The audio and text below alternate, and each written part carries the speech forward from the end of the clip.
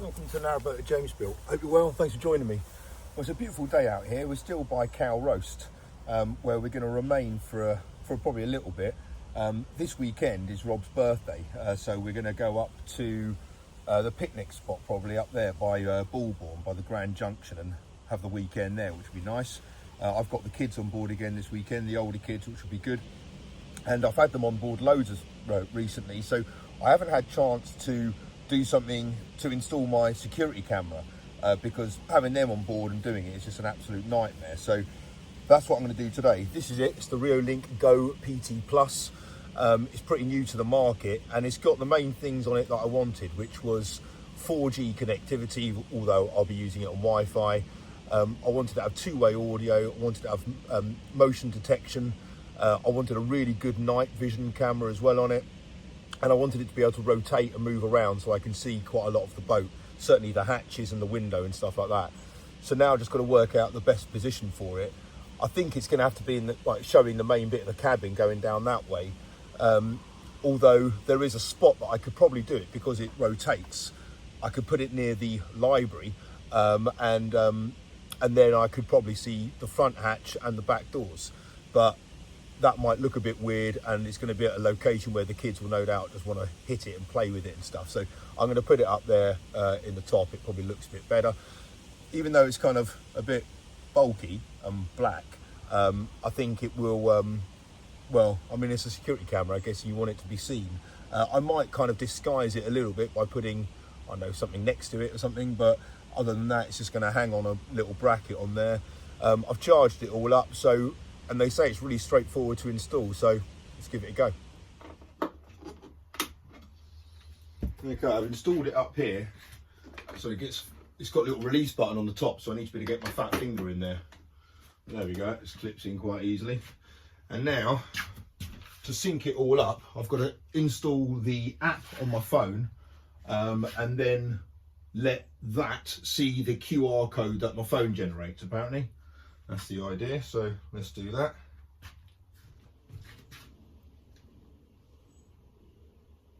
Right, so it's checking the QR code. Right, that's synced. Now, if I go onto the phone, just connecting to it, there we go. There's a picture of me talking to you. Excellent. Right, so you can do quite a lot of stuff. This is how I can move it around. So it's got like a little keypad. I can move it up and down. And then I can check the hatch. There we go, there's the, oh, too far. Well, you get the idea. It's got two-way audio. Two-way audio. There you go, you can hear that. There you go. What else is the main bits on it? Obviously it records everything it needs. But yeah, the night vision is the thing that I'm going to really need on this. But yeah, that's all right. I'm thinking though, if I was to put something up there and something there maybe, just to disguise it slightly. But other than that, pretty happy with it. I'm going to now go up to the lock, which is kind of, well, there's one either side, but I'm going to go up there, have a little walk and dial in and see what it's like. Yeah, let's do that.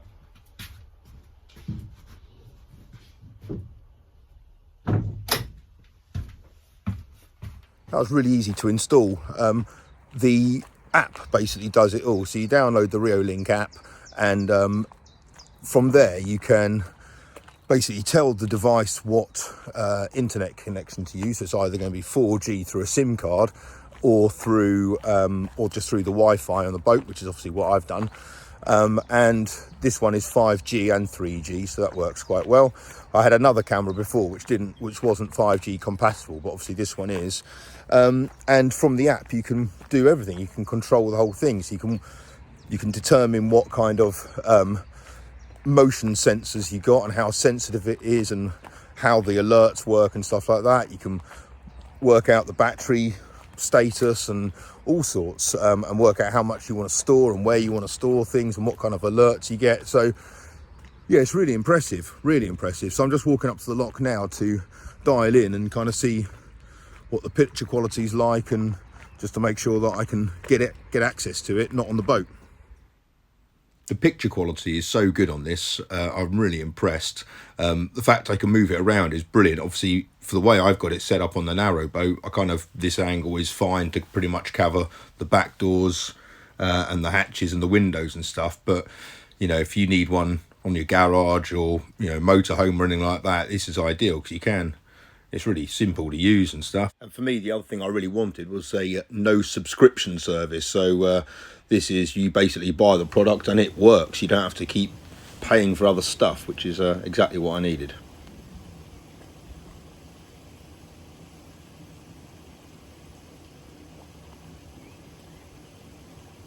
And now the sun has set, I can have a look at the night vision on this thing. Yeah, it's really good. There's no lights on the boat at all at the moment, so it's completely kind of pitch black in there. So the quality of that night vision is absolutely incredible. I mean, you can see such clear detail. That's amazing. So if there was an intruder, you'd get a really good kind of image of them. So and the fact you can move it around and stuff, and it doesn't change the image, doesn't blur it or need any time to catch up, is yeah, it's remarkably good. That is. I'm well impressed.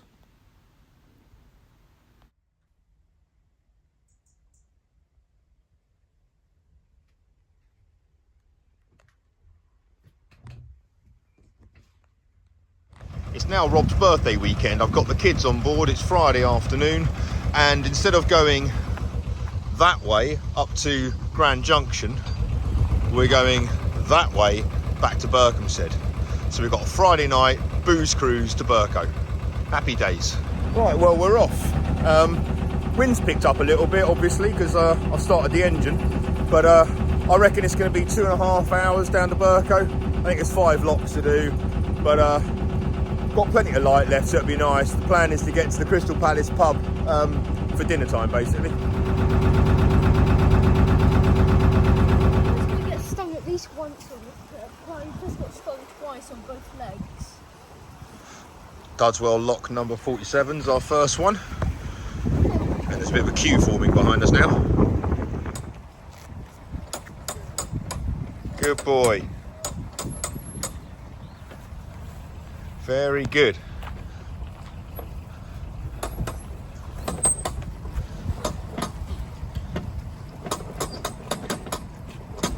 Nice.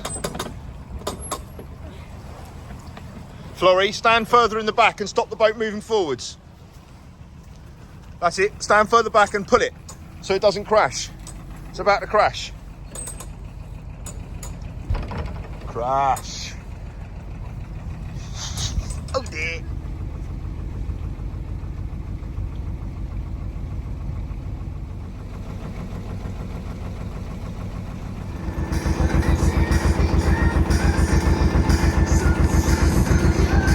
Well done, you two.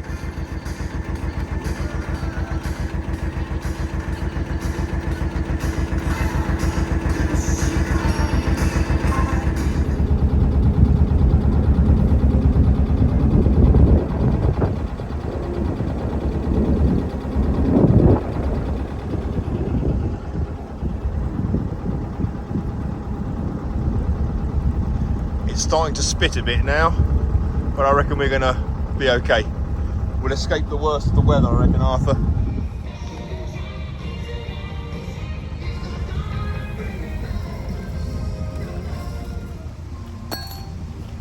Right, lock 49 has only got one paddle working, so it's taken a while to drain this lock. Keep holding it tight, Ava.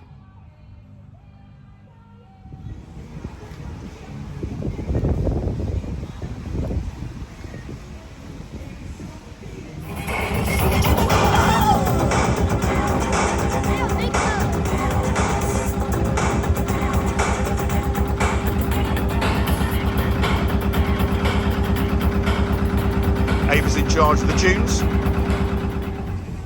Here we are at lock 51. That little lock there to do, and then we are into Berkhamsted. One more lock before the Crystal Palace. Happy days. Okay, so I'm going to try something called remote parenting. So the boat's locked. children are locked inside. I'm not going to go far, don't worry. I'm going to stand at the end of this boat. Okay, remote parenting, here we go. Oh, there they are. I'll get used to these controls in a minute. Yeah, that works fine. Oh, brilliant. This adds a new dimension to having the kids for the weekend. Right, I need some gas, and here is the fuel boat. Fantastic. What good timing that is.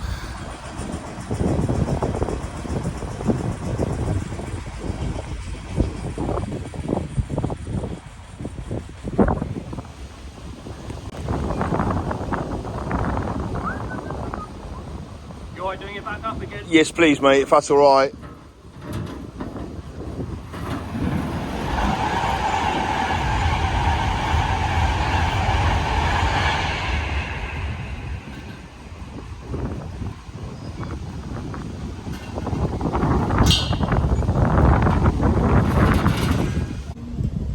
It's been quite a busy few days, what with Rob's birthday and the kids and everything, and moving the boat. So one thing I've wanted to do though is try Rob's paddleboard out. So I've asked him to bring it down to my boat so I can go out on it a little bit. But as you can see from the tree in front of me, it's pretty windy today.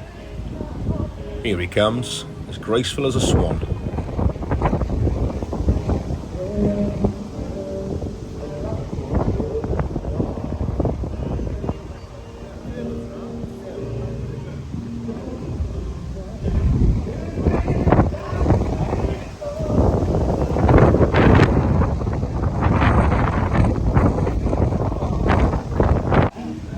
Well, what could possibly go wrong? My first time paddleboarding, here I come.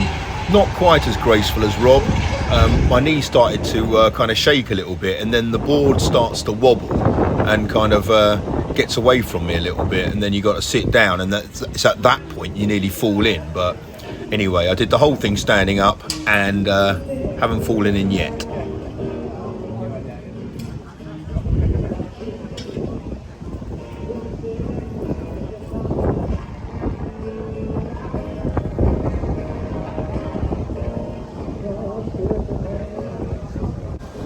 But the wind is quite strong, so actually kneeling down and getting low is quite a decent way of doing it. So I tried it like this a little bit as well, which is slightly easier.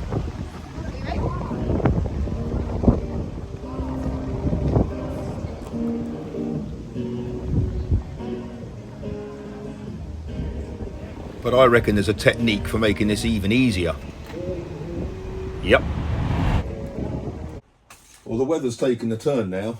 We're down here by the Crystal Palace, and yesterday when I went paddleboarding on Rob's paddleboard, I've done myself a little bit of an injury. This shoulder on my left dislocates, so I've had a pin put in that, but that's got a weakness. There was loads of wind yesterday, and I basically caught myself on the boat behind me, caught a line on the boat, but it yanked my arm back, and what it's done is it's torn my ligament from the bicep there onto the arm. So I've now got this thing called Popeye arm, where the bicep doesn't curl normally like that one, where it's kind of starts and kind of lumps like that. It's now like that, and it's really sore. And I can get I've got a mate who's a physio who lives in Berko, and he came to see me yesterday and he said, yeah, that's what you've done. You've got no option really. You can have surgery and get it attached back on, but he said once it all kind of swells down and kind of gets normal again, he said I'll be able to use my bicep properly, but it's not good. And obviously I've got to do locks and pull the boat and stuff, so I've got to go to the walk-in centre today and see if I can basically just get some advice on whether I should have that operation or not.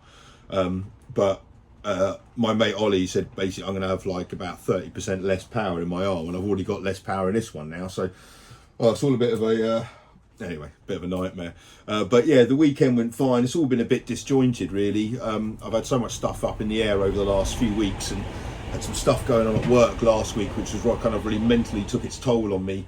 But I think that's all pretty much behind me now, and kind of business as usual on the Narrowboat.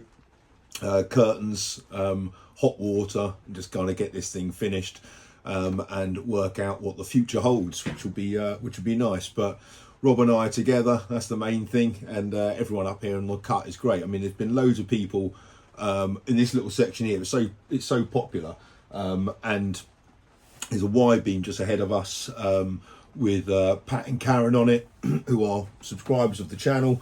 Their wide beam is just something else. It's just, honestly, it's like a palace in there. It's insane. So it's kind of given me a few ideas for the future possibly. But their daughter Taylor, who is obviously quite a skilled craftsperson, made me that for the boat, and the stone in there is the sage green to match the the inside of it. So that's just beautiful. So thanks so much, Taylor. I love that. She made one for Rob as well for his boat. But what a skill that is. Isn't that beautiful? Anyway, so yeah, I'm going to find somewhere suitable to hang that. Not there, obviously, but I'll find somewhere else.